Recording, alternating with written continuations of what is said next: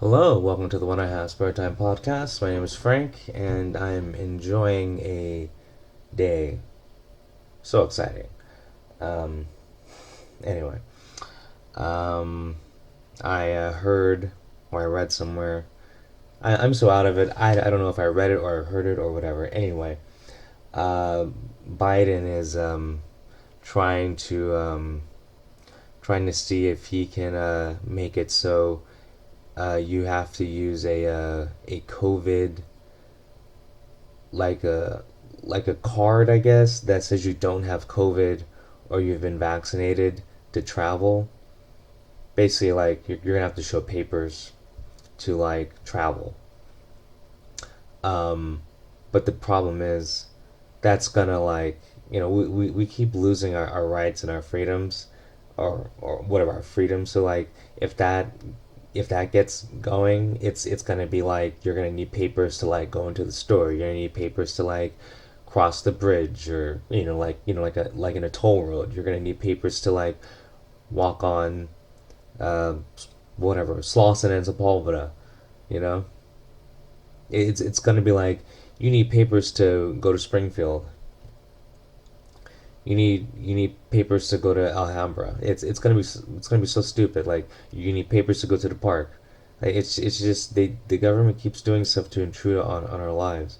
If COVID um, has a 99% survival rate, why are we doing all this stuff? And if everyone's getting shots already, and then if supposedly a big portion of our population has already had it, and like once you have it, you're supposed to be less likely to get it again. I mean, there's and then you add that to herd immunity, all the people who are getting shots.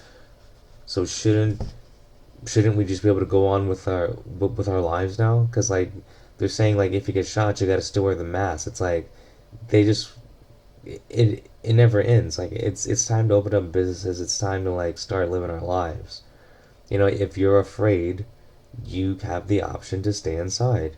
You don't have to go out. I don't know why everyone has to suffer, and the only thing the papers is gonna do is slow everything down. Again, like once again, like the terrorists won because like look at our airports. The only people who are suffering are the common man. Terrorists aren't taking planes in America. How many terrorists are making a plane trip from like whatever Wyoming to Florida?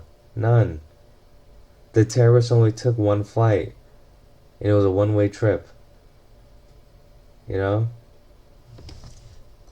So all of these like rules that they're trying to imply, the only thing it's really doing is affecting our freedom. Like I said, look at the airports. The terrorists won because it's affecting the common man life. So like that's why America's not that great because like we're losing to like people who live in like mud huts and like hump goats, and we're making the population suffer. I mean that's why I don't travel, just for that one reason. But and if it comes to a point where like you're not allowed to like cross the street unless you have papers or proof that you had COVID already, even though everyone's had their a big portion of people have had their shots, and it's only really dangerous to old people and people with like underlying diseases already, and fat people. You can look up the stats. They said 78% of the people who are hospitalized for COVID are fat. That's what it says. I didn't take these stats. The medical community took these stats. So if 78% of the people who are hospitalized are fat and have underlying conditions are old, why do little kids have to suffer?